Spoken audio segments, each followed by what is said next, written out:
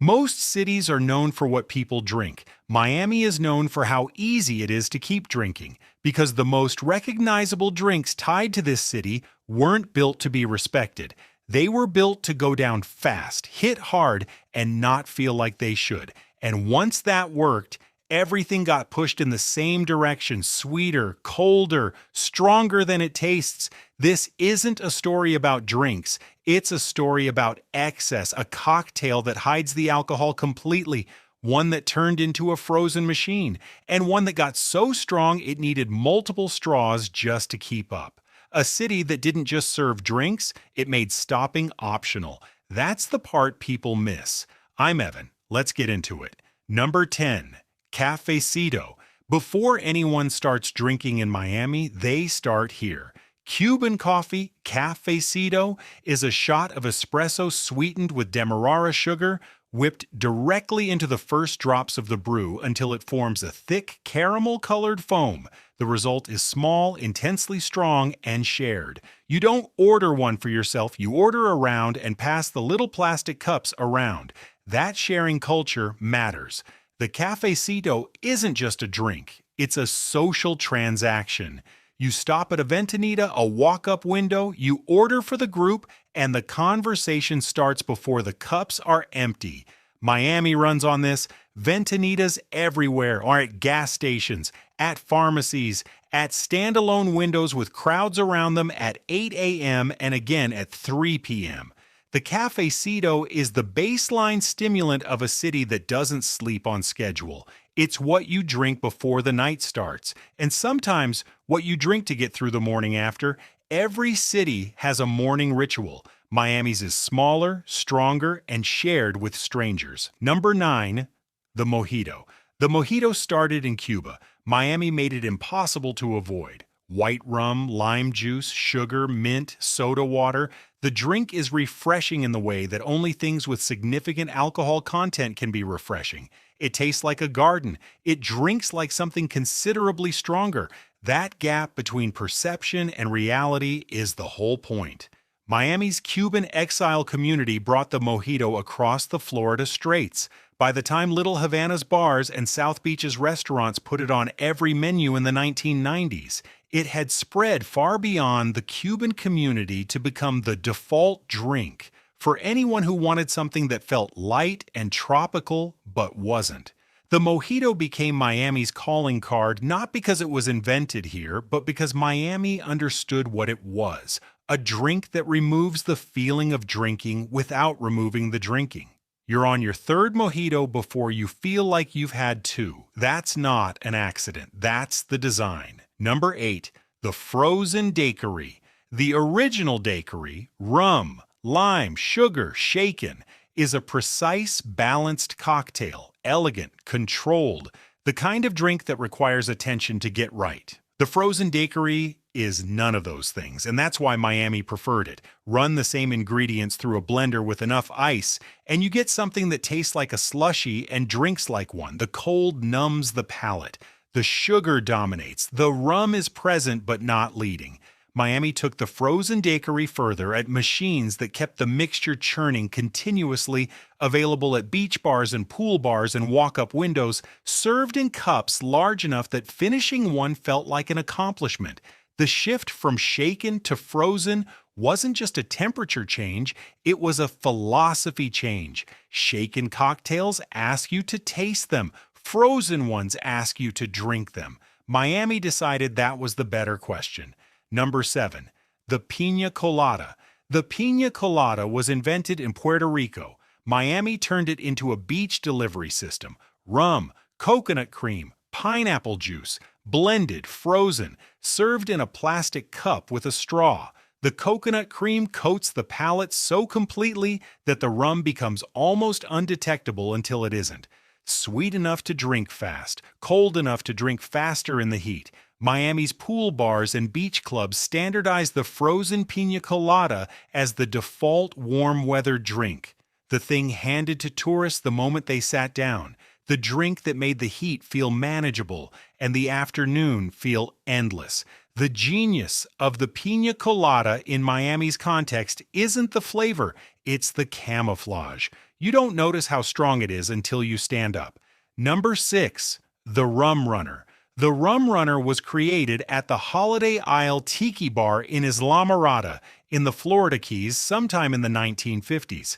The story goes that the bar had a surplus of rum-based spirits, banana liqueur, blackberry liqueur, various rums, and needed to move the inventory. The solution? Put all of it in one drink: light rum, dark rum, banana liqueur, blackberry brandy, grenadine, orange juice, pineapple juice.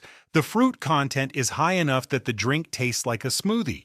The alcohol content is high enough that it absolutely isn't. The Rum Runner spread north into Miami's bar scene and became the template for the category of drink Miami does best: multiple spirits disguised by fruit, designed to be ordered again before the first one has fully registered.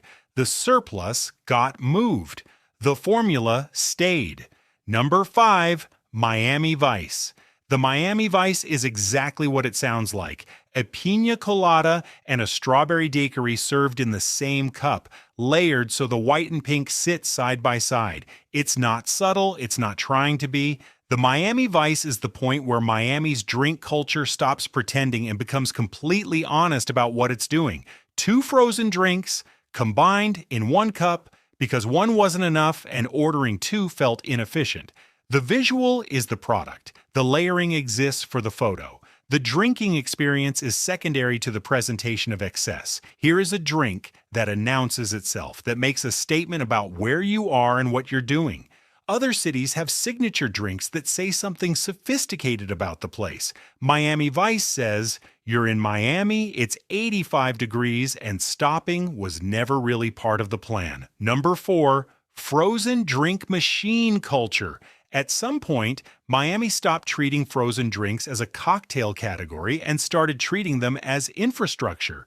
The frozen drink machine, a continuously churning cylinder of pre-mixed alcohol and fruit juice, available in multiple flavors, served in graduated cup sizes starting at large, became as standard in Miami bars and beach clubs as the beer tap. Not a special order, a default. The machine changed the relationship between bartender and drink. No measuring, no shaking, no technique. You hold a cup under a spout and the drink fills it.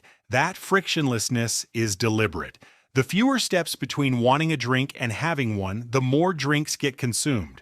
Miami understood this and built it into the physical design of its bars.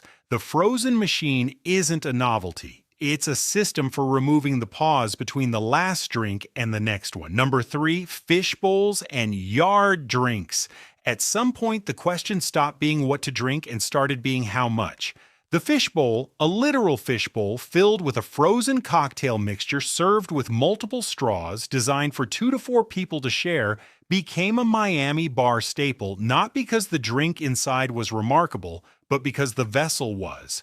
You couldn't ignore it. You couldn't carry it casually. It announced itself to every table around it. Yard drinks followed the same logic. Tall plastic tubes, a foot or more of frozen cocktail, served to a single person with a straw long enough to reach the bottom. The escalation from a standard glass to a fishbowl to a yard drink tracks exactly with Miami's approach to excess. Whatever the normal amount is, the right amount is more. The drink is the same. The container keeps getting bigger. Number 2, the sugar alcohol formula. Every drink on this list runs the same formula. It's worth naming it directly. Sugar masks alcohol, cold masks sugar, volume masks both. Miami didn't invent any of the individual components: rum, coconut, fruit juice, frozen blending. What it invented was the consistent application of this formula across an entire drink culture.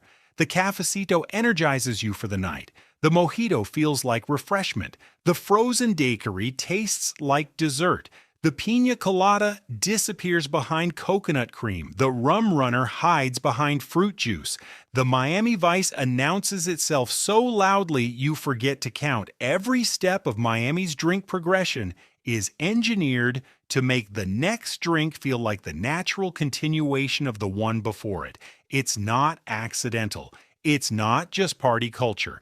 It's a system built on the understanding that if you make drinking easy enough, people will keep doing it. The formula is simple. The execution is everywhere. Number one, right, but in Miami actually built. The pattern isn't tropical flavor or beach culture or Cuban influence, though all of those are real. It's frictionlessness. Every drink on this list removes a reason to stop. The Cafecito removes tiredness. The Mojito removes the feeling of drinking. The frozen Daiquiri removes the taste of alcohol. The Piña Colada removes awareness of strength. The Rum Runner removes the ability to count.